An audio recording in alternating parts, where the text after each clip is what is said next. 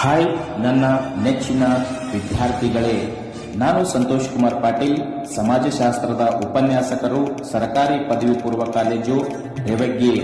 ನಾನು ಇಂದು ದ್ವಿತೀಯ ವರ್ಷದ ವಿದ್ಯಾರ್ಥಿಗಳಿಗೆ ಪುಷ್ಕರ್ ಜಾತ್ರೆ ಕುರಿತು ಒಂದು ಚಿಕ್ಕದಾದ ಮಾಹಿತಿಯನ್ನು ನೀಡುತ್ತಿದ್ದೇನೆ.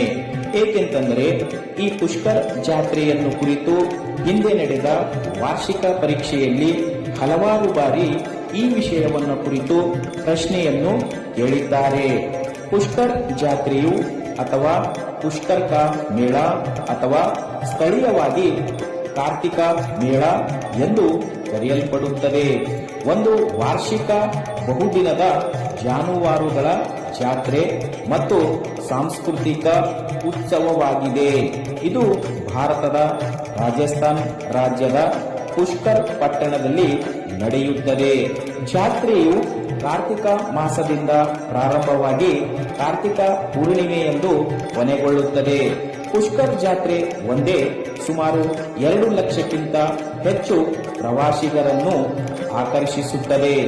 ಪುಷ್ಕರ್ ಜಾತ್ರೆಯು ಭಾರತದ ಅತಿದೊಡ್ಡ ಒಂಟೆ, ಕುದುರೆ ಮತ್ತು ಜಾನುವಾರು ಜಾತ್ರೆಗಳಲ್ಲಿ ಒಂದಾಗಿದೆ. ಪುಷ್ಕರ್ ಜಾತ್ರೆಯು ದೇಶೀಯ ಮತ್ತು ಅಂತಾರಾಷ್ಟ್ರೀಯ ಪ್ರವಾಸಿಗರಿಗೆ ಒಂದು ಆಕರ್ಷಕ ತಾಣವಾಗಿದೆ. ಈ ಜಾತ್ರೆಯಲ್ಲಿ ಸಾಂಸ್ಕೃತಿಕ ಕಾರ್ಯಕ್ರಮಗಳು ಮತ್ತು ಸ್ಪರ್ಧೆಗಳಲ್ಲಿ ನೃತ್ಯಗಳು, ಮಹಿಳಾ ತಂಡಗಳು ಮತ್ತು ಪುರುಷ ತಂಡಗಳ ನಡುವೆ ಹಗ್ಗ ಜಗ್ಗುವ ಸ್ಪರ್ಧೆ, ಅತ್ಯಂತ ಉದ್ದವಾದ ಮೀಸೆ ಸ್ಪರ್ಧೆ, ಒಂಟೆ ಓಟಗಳು, ಇತರ ಸ್ಪರ್ಧೆಗಳನ್ನು ಹಮ್ಮಿಕೊಳ್ಳಲಾಗುತ್ತದೆ. ಪುಷ್ಕರ್ ಜಾತ್ರೆಯು 5 ದಿನಗಳವರೆಗೆ ನಡೆಯುತ್ತದೆ. ಈ 5 ದಿನಗಳು ಗ್ರಾಮಸ್ಥರಿಗೆ ವಿಶ್ರಾಂತಿ ಮತ್ತು ಉಲ್ಲಾಸದ ಅವಧಿಯಾಗಿದೆ. ದೇಶದಲ್ಲಿಯೇ ಅತಿ ದೊಡ್ಡ ಜಾನುವಾರುಗಳ ಸಂತೆಗಳಲ್ಲಿ ಇದು ಒಂದಾಗಿದೆ.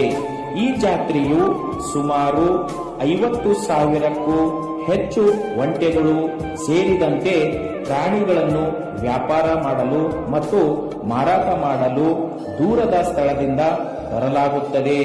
ಎಲ್ಲಾ ಒಂಟೆಗಳನ್ನು ತೊಳೆದು ಅಲಂಕರಿಸಲಾಗುತ್ತದೆ. ಕುದುರೆಗಳು ಮತ್ತು ಹಸುಗಳನ್ನು ವರ್ಣರಂಜಿತವಾಗಿ ಅಲಂಕರಿಸಲಾಗುತ್ತದೆ. ಈ ಜಾತ್ರೆಯು ಅಕ್ಟೋಬರ್ ಮತ್ತು ನವೆಂಬರ್ ತಿಂಗಳಲ್ಲಿ ನಡೆಯುತ್ತದೆ. ಈ ಮಾಹಿತಿಯು ತಮಗೆ ಇಷ್ಟವಾದರೆ ದಯಮಾಡಿ ಲೈಕ್ ಮಾಡಿ, ಜೊತೆಗೆ ಶೇರ್ ಮಾಡುವುದನ್ನು ಮರಿಬೇಡಿ ಸ್ನೇಹಿತರೆ.